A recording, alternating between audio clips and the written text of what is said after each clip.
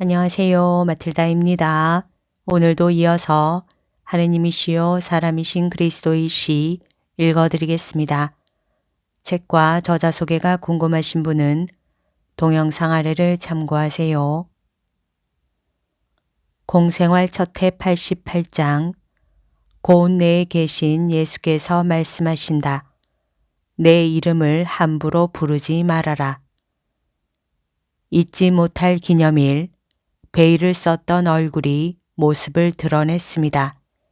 미지의 사람이 자기를 알렸습니다.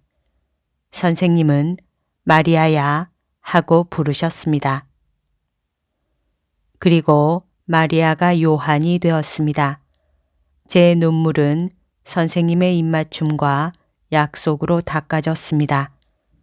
그리고 선생님의 뜻에 의해 다시 태어났습니다. 사람들은 모릅니다. 그러나 저는 압니다. 신부님도 아십니다. 제가 이 날짜를 기념하지 않을 수 있겠습니까? 그리고 저는 하느님께 봉사함으로써 이 날짜를 기념하며 이 봉사에 딸린 피로와 고생을 축복합니다. 그것은 1943년 3월 1일의 그 시간은 하도 엄청나서 이와 비교하면 십자가조차도 아무것도 아닐 정도이기 때문입니다. 제자들은 온통 정신을 차릴 수가 없이 야단 법석이다. 어떻게나 동요하는지 꼭 벌통을 쑤셔 놓은 것 같다. 그들은 말을 하고 밖에 망을 보고 사방을 살펴본다. 예수께서는 안 계시다.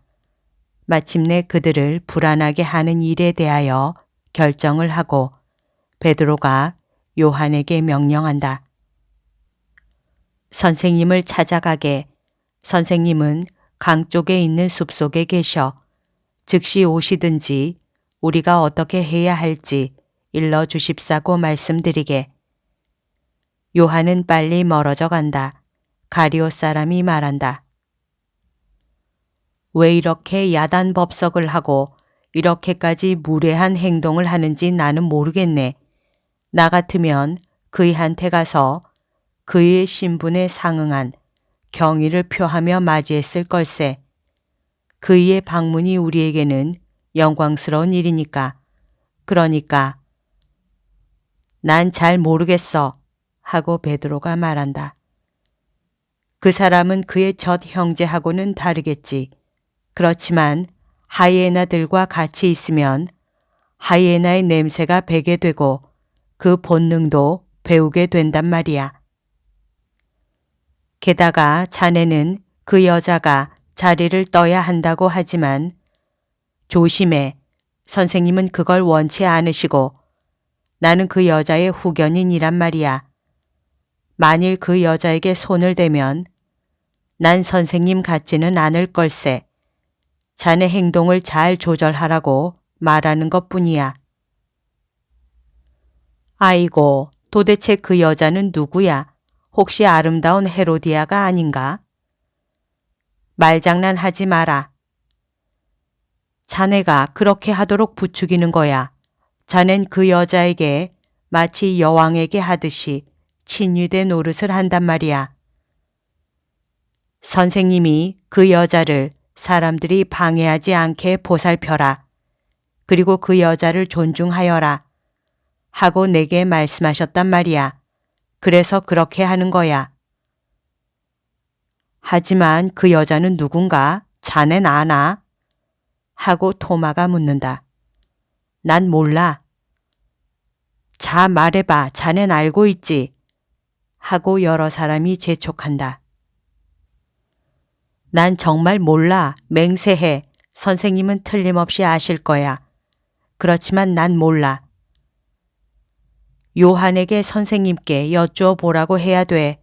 요한한테는 다 말씀하시니까. 왜? 하고 유다가 말한다. 요한은 특별한 게 뭐가 있어? 자네 동생은 신인가? 유다, 그렇지 않아. 그 애는 우리 중에서 제일 선량한 사람이야. 자네들 이런 피로를 면할 수 있네. 하고 알페오의 야고보가 말한다. 어제 내 동생이 그 여자가 강에서 안드레아가 준 물고기를 가지고 돌아올 때 보았다는데 안드레아가 예수께 물었더니 이렇게 대답하셨다네. 그 여자는 얼굴이 없다. 그 여자는 하느님을 찾는 영이다. 내게 있어서는 그 여자가 그 외에 아무것도 아니고 또 그 여자가 모두에게도 그렇기를 원한다 하고. 그런데 원한다는 말씀을 어떻게나 엄한 어조로 말씀하셨는지 나는 자네들에게 중언부언하지 말라고 충고하네. 난 그 여자를 가서 만나겠어. 하고 가리옷의 유다가 말한다. 그렇게 할 수 있으면 해봐. 하고 베드로가 얼굴이 새빨개져서 말한다. 자네도 예수님한테 첩자 노릇을 하는 건가? 난 그런 직업은 성전 사람들에게 남겨주네. 호수에 사는 우리는 일해서 밥벌이를 하지 밀고로 밥벌이를 하진 않아. 요나의 아들 시몬이 자넬 정탐할까봐 염려하진 말게. 하지만 내 비위를 건드리지는 마라. 그리고 내가 여기 있으니까 자네가 선생님께 불복종하게 가만 놔두지는 않을 거야. 그래, 자넨 뭐야? 나와 같이 보잘것없는 사람이지. 그렇지요, 나리. 오히려 자네보다 더 가난하고 더 무식하고 더 촌스러워. 나도 그걸 알아. 하지만 그걸 슬퍼하진 않아. 하지만 마음이 자네와 같다면 걱정을 할 거야. 그렇지만 선생님이 이 임무를 내게 맡기셨으니 난 이 임무를 하는 거야. 내 마음과 같으면이라고. 그래, 내 마음속에 자네에게 혐오감을 주는 것이 뭐가 있단 말인가. 말해봐. 비난하고 공격해보라고. 아니 도대체. 하고 열성당원이 기분이 좋지 않아서 말하고 그와 함께 바르톨로메오도 말한다. 유다, 결국 그쯤 해두게 베드로의 나이를 존중해야지. 난 모든 사람을 존중해. 그렇지만 내 안에 뭐가 있는지 알고 싶어. 즉시 대령하지. 내가 말하게 내버려 둬.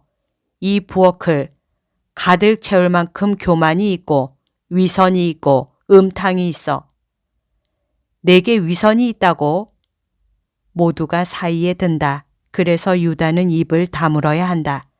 시몬이 침착하게 베드로에게 말한다. 여보게, 내가 자네에게 몇 마디 하는 걸 양해해 주게. 이 사람이 결점이 있기는 해. 그렇지만 자네도 결점이 몇 가지 있어. 그중 하나가 젊은이들을 이해하지 못한다는 거야. 왜 나이와 출신과 여러 가지를 고려하지 않나. 이거 보게. 자네는 예수님께 대한 애정으로 그렇게 행동하지만 이런 말다툼이 선생님을 피로하게 한다는 것을 깨닫지 못하나. 이 사람에게는 유다를 가리킨다. 이 말을 하지 않지만 생각이 깊고 대단히 성실한 자네에게는 이 부탁을 하겠네. 선생님은 그 원수들 때문에 걱정이 많은데 우리까지도 걱정을 끼쳐드려서야. 선생님 주위에는 많은 적의가 애워싸고 있네. 그런데 왜 집안에서까지 적의를 만들자는 거야? 맞아. 하고 타데오가 말한다. 예수님은 매우 침울하시고 야위기까지 하셨어. 밤에는 침대에서 이리 뒤척 저리 뒤척 하시고 한숨을 쉬시는 소리가 들려. 나도 밤에 자주 깨서 선생님이 기도하시며 우시는 것을 보았어. 나는 무슨 일이 있습니까? 하고 말했더니 선생님은 나를 껴안으시면서 나를 많이 사랑해다오. 구세주가 된다는 것이 정말 힘들구나 하고 말씀하셨어.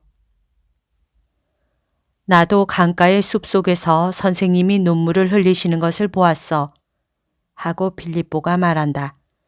그리고 내 의아스러운 듯한 눈치를 보시더니 이렇게 대답하셨어. 하늘에는 하느님께서 계시다는 것 외에 하늘과 땅 사이에 어떤 차이점이 있는지 아느냐.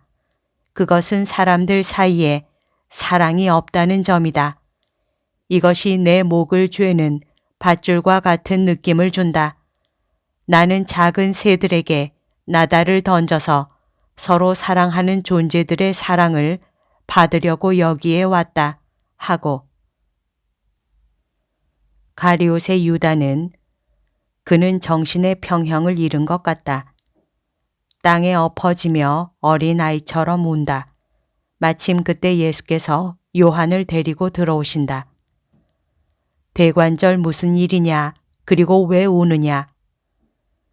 선생님, 제 잘못입니다. 하고 베드로가 솔직히 말한다. 제가 나쁘게 행동했습니다. 제가 유다를 너무 심하게 비난했습니다. 아닙니다. 제가 잘못했습니다. 저는 선생님께 걱정을 끼쳐드립니다. 저는 착하지 못합니다. 저는 혼란과 불화와 반항을 일으킵니다. 저는 베드로가 옳습니다. 그렇지만 제가 착하게 되도록 도와주십시오. 저는 여기 마음속에 무엇인가가 있어서 제가 하고 싶지 않은 일을 하게 되니까요. 저로서는 어떻게 할 수가 없습니다. 그래서 선생님께 괴로움만을 드리게 됩니다. 기쁨만을 드리고 싶은 선생님께 말입니다. 제 말을 믿어주세요. 이것은 거짓이 아닙니다. 그렇고 말고 유다야, 나는 그걸 의심치 않는다. 너는 실제적인 정열로 아주 진실한 마음을 가지고 내게로 왔다. 그러나 너는 젊다. 아무도 너까지도 내가 너를 아는 것만큼 너를 알지 못한다. 자, 일어나서 이리 오너라.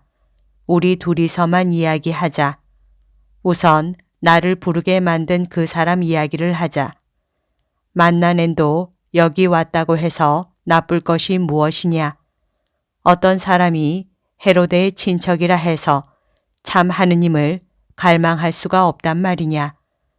나 때문에 염려하느냐. 걱정할 필요 없다. 내 말을 믿어라. 그 사람은 올바른 의향으로 왔다. 그러면 왜 신분을 드러내지 않았습니까? 하고 제자들이 묻는다. 그것은 그 사람이 바로 영혼으로서 온 것이지 헤로데의 젖 형제로서 온 것이 아니기 때문이다. 그 사람이 조용하게 온 것은 하느님의 말씀 앞에서는 왕과의 친척 관계가 중요하지 않다고 생각하기 때문이다. 그 사람의 침묵을 존중하자. 그렇지만 오히려 그가 저 사람을 보냈다면요. 누가? 헤로데가? 아니다. 염려 말아라. 그럼 누가 저 사람을 보냈습니까? 저 사람이 어떻게 선생님을 알까요? 바로 내 육촌 요한을 통해서이다. 요한이 옥중에서도 나를 전하지 않았을 것으로 생각하느냐? 또한 쿠자를 통해서도 바리사이파 사람들의 증오, 바로 그것을 통해서도 나를 알았을 것이다. 이제는 나뭇잎과 바람까지도 나에 대하여 말한다. 조약돌이 움직이지 않는 물속에 던져졌고 방망이가 종을 울렸다. 물결은 점점 더 큰 원을 그리며 먼데 있는 물에까지 계시를 전하고 소리는 그것을 공간에 넘겨준다. 땅은 예수라고 말할 줄 알게 되었고 이제부터는 결코 입을 다물지 않을 것이다. 자, 너희들 가거라. 그리고 어느 누구와도 마찬가지로 그 사람도 정중하게 대하여라. 다들 가거라. 나는 유다와 단둘이 남아있겠다. 제자들이 간다. 예수께서는 아직 눈물을 흘리고 있는 유다를 보시며 물으신다. 자, 너는 내게 할 말이 없느냐? 나는 너에 관한 것을 다 알고 있다. 그러나 너에게서 그 말을 듣고 싶다. 왜 그렇게 우느냐? 그리고 무엇보다도 왜 그렇게 불안정해서 끊임없이 불만을 가지게 되느냐? 아이고, 선생님, 그렇습니다. 선생님이 바로 말씀하셨습니다. 저는 천성적으로 질투가 많습니다. 선생님은 틀림없이 그것을 아시지요. 그래서 저는 여러 가지 일을 보고 괴로워합니다. 그 때문에 저는 불안해지고 옳지 못하게 됩니다. 그래서 저는 정말 그렇게 되려고 하지 않는데도 나빠집니다. 울지 말아라. 누구를 질투하느냐. 너의 본 마음으로 말해 버릇하여라. 너는 말을 많이 한다. 너무 많이 할 정도이다. 그러나 무엇으로 말을 하느냐? 본능과 생각으로. 너는 피로하게 하는 끊임없는 본능의 작용을 따라서 내가 말하고자 하는 것을 말한다. 나는 너와 너의 자아에 대해 말하는 것이다. 내가 다른 사람들에 대하여 또는 다른 사람들에게 말해야 하는 것에 관하여는 너를 말리거나 가로막는 것이 아무것도 없기 때문이다. 육체에 대하여도 마찬가지이다. 육체는 흥분한 너의 말이다. 너는 경마장 주인에게서 흥분한 말 2마리를 받은 경마 기수와 같다. 한 마리는 관능이다. 또 한 마리는 어떤 것인지 알고 싶으냐? 그래, 그것은 내가 굴복시키려고 하지 않는 잘못이다. 능란하지만 조심성 없는 경마 기수인 너는 너의 솜씨만 믿고 그것만 있으면 충분하다고 생각한다. 너는 1등을 하기를 원한다. 너는 적어도 말 1마리를 바꾸느라고 시간을 허비하지 않는다. 오히려 반대로 말들을 흥분시키고 채찍질을 한다. 너는 승리자가 되기를 원한다. 박수갈채를 바란다. 어떤 승리도 그것을 꾸준하고 참을성 있고 조심성 있는 노력으로 얻을 때 확실해진다는 것을 모르느냐? 너의 영혼에서 오기를 바란다. 내가 너의 마음속에 있는 것을 말해 주어야 하겠느냐? 저는 선생님까지도 공평하지 못하시고 선생님 자신과도 일치하게 행동하지 않으시는 것 때문에 괴롭습니다. 그 때문에 고통을 겪습니다. 왜 나를 비난하느냐? 내가 보기에 내가 어떤 일에 실수를 하였느냐? 제가 선생님을 제 친구들한테 모시고 가려고 했을 때 선생님은 나는 비천한 사람들과 같이 있는 것이 더 좋다고 말씀하시면서 가고자 하지 않으셨습니다. 그 후 시몬과 라자로가 선생님이 권력 있는 사람의 보호를 받으시는 것이 좋을 것이라고 말씀드리니까 선생님은 받아들이셨습니다. 선생님은 베드로와 시몬과 요한을 더 사랑하십니다. 선생님은 또 무엇이냐? 예수님, 다른 것은 아무것도 없습니다. 쓸데없는 의혹들이고 이내 터지는 물거품들이다. 나는 네가 행복할 수 있을 터인데 저 자신을 괴롭히는 가엾은 인간이기 때문에 걱정이 된다. 너는 이 집이 호화롭다고 말할 수 있느냐? 너는 나로 하여금 이 집을 받아들이도록 부추기는 중요한 이유가 있지 않았다고 말할 수 있느냐? 만일 시온이 그의 예언자들을 덜 학대하였더라면 내가 마치 인간의 재판이 무서워서 은신처에 피난하는 사람처럼 이곳에 와 있겠느냐?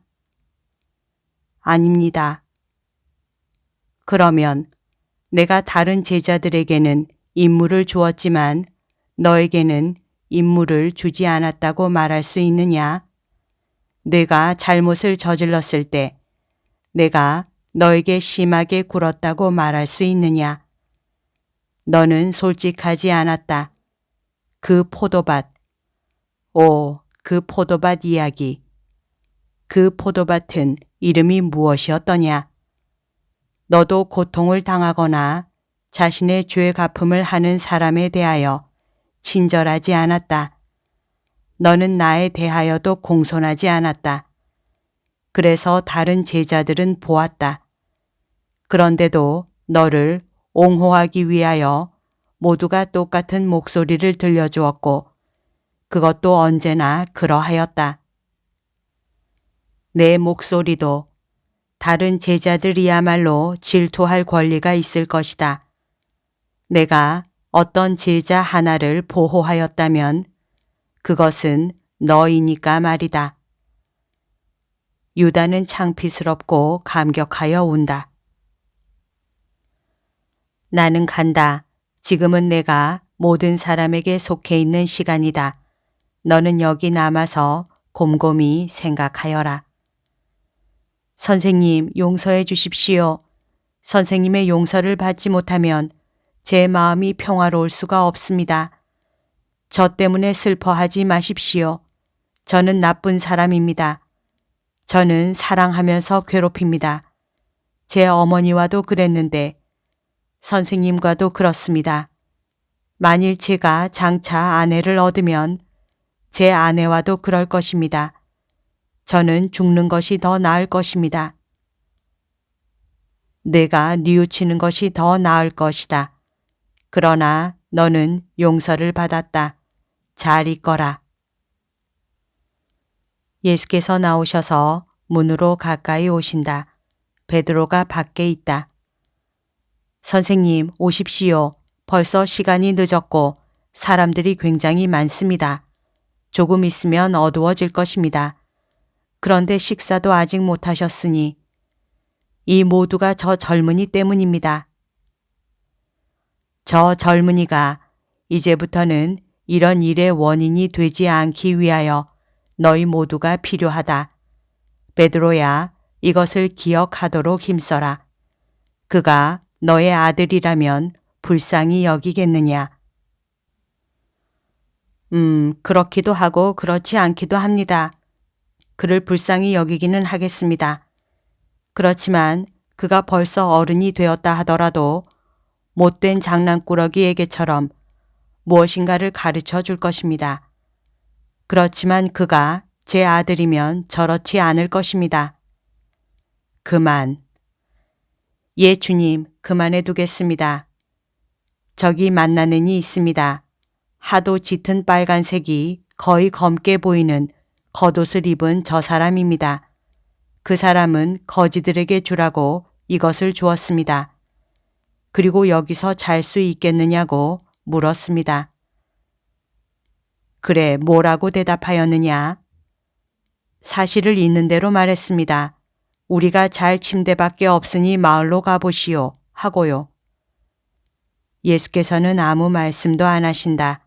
그러나 베드로를 그대로 두시고 요한을 찾아가셔서 무엇이라고 말씀하시고는 당신 자리로 가셔서 말씀하기 시작하신다. 여러분 모두에게 평화가 있기를, 그리고 평화와 더불어 빛과 거룩함이 있기를 바랍니다. 내 이름을 함부로 부르지 말아라 했습니다. 언제 하느님의 이름을 함부로 부르고 또 누가 그렇게 합니까? 하느님을 모독할 때만 그렇습니까? 아닙니다. 하느님께 어울리는 사람이 되지 않고 그 이름을 부를 때도 그렇습니다. 어떤 아들이 아버지를 사랑하고 공경합니다 하고 말하고 나서 아버지가 원하는 모든 것에 반대되는 행동을 한다면 그런 말을 할 수가 있습니까? 아버지, 아버지 하고 말한다고 실제로 아버지를 사랑하는 것이 아닙니다. 하느님, 하느님 한다고 주님을 사랑하는 것이 아닙니다. 그저께 설명을 했습니다만 이스라엘에는 마음속 은밀한 곳에 많은 우상이 있습니다. 거기에는 하느님께 대한 위선적인 찬양도 있습니다. 하느님을 찬양하는 사람들의 행동과 일치하지 않는 찬양이 말입니다. 이스라엘은 어떤 경향도 하나 있습니다. 겉으로 보이는 것에서는 많은 죄를 찾아내면서 실제로 죄가 있는 곳, 즉 마음속에서는 죄를 찾아내려고 하지 않는 경향입니다. 이스라엘에는 또 어리석은 자부심과 비인도적이고 반정신적인 습관이 있습니다. 우리 하느님의 이름이 이교도의 입술에 오르면 하느님께 대한 모독이라고 생각하는 습관이 그것입니다. 그리고 거기에다 이방인들에게 참 하느님께 접근하는 것을 금하는 일을 덧붙입니다. 그것을 신성 모독이라고 생각하기 때문입니다. 이제까지는 그러하였습니다. 그러나 지금은 그렇지 않습니다. 이스라엘의 하느님은 모든 사람을 창조하신 하느님이십니다. 하느님께 창조된 사람들이 그들의 창조주의 끌어당김을 느끼는 것을 왜 막습니까? 여러분은 이교도들이 그들 마음속에 부르짖고 불안해하고 찾는 그 어떤 불만족스러운 것을 느끼지 않는다고 생각하십니까? 누구를 찾고 무엇을 찾습니까? 알지 못하는 하느님을 찾는 것입니다. 만일 어떤 이교도가 그의 온 역량으로 미지의 신의 제단을 향하면, 즉 항상 그의 창조주의 기억을 간직하고 있는 영혼이라는 제단을 향하면 모세가 받은 명령에 따라 세웠던 성막이 그랬던 것과 같이 영혼이 하느님의 영광의 차지가 되기를 기다리면, 그리고 그 이교도가 하느님의 영광을 차지하게 될 때까지 울면 하느님께서 그의 제사를 당신께 대한 모독이라고 물리치시리라고 믿습니까? 그리고 하느님의 부름으로 잠이 깨서 오너라 하고 말씀하시는 하느님께 갑니다 하고 말하는 영혼의 올바른 소원으로 생기게 된 그 행동이 죄가 된다고 믿습니까? 쾌락을 누리고 난 나머지를 성전에 바치고 죄가 벌레처럼 우글거리는 영혼과 육체로 하느님 앞에 들어가서 지극히 깨끗하신 분이신 하느님의 이름을 부르는 이스라엘 사람들의 타락한 예배가 거룩하리라고 믿습니까? 아닙니다. 내가 여러분에게 분명히 말합니다만 부정한 영혼을 가지고 하느님의 이름을 함부로 부르는 저 이스라엘 사람에게는 하느님께 대한 모독이 완전합니다. 여러분이 바보가 아니기 때문에 이 말을 하는 것입니다만 여러분의 영혼 상태 때문에 하느님의 이름을 불러도 소용이 없을 때 하느님을 부르면 하느님의 이름을 함부로 부르는 것이 됩니다. 오, 나는 어떤 위선자가 하느님을 부를 때 어떤 사람이 뉘우치는 마음 없이 하느님의 이름을 부를 때 못마땅한 표정으로 다른 데로 돌리는 하느님의 노하신 얼굴을 봅니다. 그리고 비록 하느님의 그 분노를 당할 만한 일을 하지 않은 나이지만 그 때문에 공포를 느낍니다. 나는 여러 사람의 마음속에서 이런 생각을 읽습니다. 아니, 그렇다면 어른 안에는 더러움과 죄밖에 없으니 아주 어린아이들 외에는 아무도 하느님을 부를 수 없겠구나 하는 생각 말입니다. 아닙니다. 그렇게 말하지 마시오. 죄인들이야말로 이 이름을 불러야 하고 사탄에게 목이 졸림을 느끼면서 죄와 유혹자에게서 해방되기를 원하는 모든 사람이 불러야 합니다. 그들은 원합니다. 용서를 받고 병이 낫기 위하여 능하신 분을 불러야 합니다. 유혹자를 쫓기 위하여 하느님을 불러야 합니다. 주께서 에덴을 지나가지 않으시던 시간에 뱀이 하와를 유혹하였다는 말이 창세기에 있습니다. 만일 하느님께서 에덴에 계셨더라면 사탄이 거기 가지 못하였을 것입니다.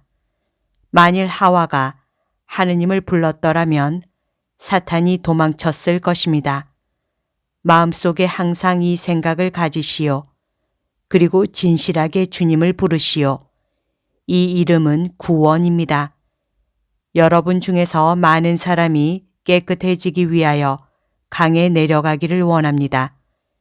그러나 여러분의 마음속에 사랑으로 하느님이라는 말을 씀으로써 여러분의 마음을 깨끗하게 하시오.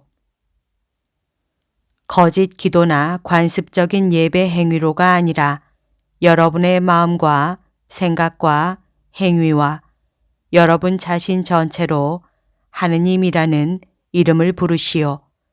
외롭지 않기 위하여 이 이름을 부르시오. 원조를 받기 위하여 이 이름을 부르시오. 용서를 받기 위하여 이 이름을 부르시오. 시나이 산에서 하신 하느님의 말씀의 뜻을 이해하시오. 선으로 변하지 않으면서 하느님이라는 이름을 부르면 함부로 부르는 것입니다. 그것은 죄입니다. 그러나 시시각각 여러분의 성실한 행동 중에 여러분의 심장이 뛸 때마다 필요한 때, 유혹과 고통을 당할 때 자녀다운 사랑의 말이 입술에 떠올라서 여러분이 하느님 오십시오 하고 말하면 그것은 함부로 부르는 것이 아닙니다. 그때에는 참말로 여러분이 하느님의 거룩한 이름을 부르는 것으로 죄를 짓지 않습니다. 가시오, 평화가 여러분과 함께 있기를 바랍니다. 병자들은 없다. 예수께서는 벌써 어둠이 깔리는 헛간 아래서 팔짱을 끼고 벽에 기대 계시다. 예수께서는 나귀를 타고 가는 사람들과 깨끗하게 되려는 갈망으로 강 쪽으로 서둘러 가는 사람들과 밭들을 건너질러 마을로 가는 사람들을 바라다 보신다. 매우 짙은 빨간색 옷을 입은 사람은 결정을 못하고 망설이는 것 같다. 예수께서는 그를 지켜보신다. 마침내 그 사람은 그의 말 있는 대로 간다. 그는 훌륭한 흰 말을 가졌는데 장신구들이 많이 박힌 안장 밑에는 붉은색 마이를 입혔다. 여보시오, 기다리세요 하고 예수께서 말씀하시며 밤이 돼가는데 주무실 때가 있습니까? 멀리서 오셨습니까? 혼자십니까? 그 사람은 이렇게 대답한다. 아주 멀리서 왔습니다. 그리고 어디로 갈지 모릅니다. 마을에 가서 잠자리를 찾아내면, 그렇잖으면 예리고로. 나는 믿을 수가 없는 수행원을 그곳에 남겨두었습니다. 그러지 마시오. 내 침대를 드리지요. 준비가 다 되어 있습니다. 음식은 있습니까? 나는 아무것도 가진 것이 없습니다. 나는 더 환대를 해줄 마을을 만날 것으로 생각했었습니다. 여긴 무엇이든지 다 있습니다. 다 있겠지요. 헤로데에 대한 미움까지도. 내가 누군지 아십니까? 나를 찾는 사람들에게는 한 가지 이름밖에 없습니다. 하느님의 이름으로 형제라는 이름이지요. 이리 오십시오. 같이 식사하십시다. 말은 헛간에 매셔도 됩니다. 내가 여기서 자면서 지켜드리지요. 아니, 그건 절대로 안 됩니다. 내가 여기서 자겠습니다. 빵은 받겠습니다만 그 이상은 아무것도 안 받겠습니다. 나는 선생님이 거룩한 몸을 누이시는 그곳에 내 더럽혀진 몸을 누이지는 않겠습니다. 내가 거룩하다고 믿습니까? 나는 선생님이 거룩하시다는 것을 압니다. 요한과 쿠자, 선생님의 행적, 말씀, 궁정에는 마치 바다의 소리를 간직하고 있는 조개 껍질 모양으로 선생님의 행적과 말씀에 대한 소문이 자자합니다. 나는 요한에게 내려가곤 했는데 얼마 후 그를 잃고 말았습니다. 그러나 전에 그 사람은 이렇게 말했었습니다. 나보다 더 훌륭하신 어떤 분이 당신을 구제하고 향상시킬 거요. 하고 말입니다. 그분은 선생님일 수밖에 없습니다. 그래서 선생님이 어디 계신지를 알고 왔습니다. 그들 둘만이 헛간에 남아 있었다. 제자들은 부엌 가까이에서 이야기를 나누며 동정을 살핀다. 오늘 세례를 주는 일을 맡았던 열성당원이 맨 마지막으로 세례를 받은 사람들과 같이 강에서 돌아온다. 예수께서는 그들에게 축복하시고 나서 시몬에게 말씀하신다. 이 사람은 하느님의 이름으로 보호처를 찾는 나그네이다. 그래서 우리는 하느님의 이름으로 이분에게 친구로 인사를 한다. 시몬이 몸을 굽히고 그 사람도 역시 몸을 굽힌다. 그들은 방으로 들어가고 만나내는 말을 구유에 맨다. 예수의 눈짓으로 알아차린 요한은 풀과 물 한 통을 들고 뛰어온다. 벌써 어둡기 때문에 베드로도 기름 등잔을 가지고 달려온다. 나는 여기 아주 편하게 있게 되었습니다. 하느님께서 여러분에게 갚아 주시기 바랍니다. 하고 말 타고 온 사람이 말한다. 그리고 예수와 시몬 사이에서 잔가지를 떼는 불로 환하게 비추어진 부엌으로 들어온다. 이것으로 모든 것이 끝난다.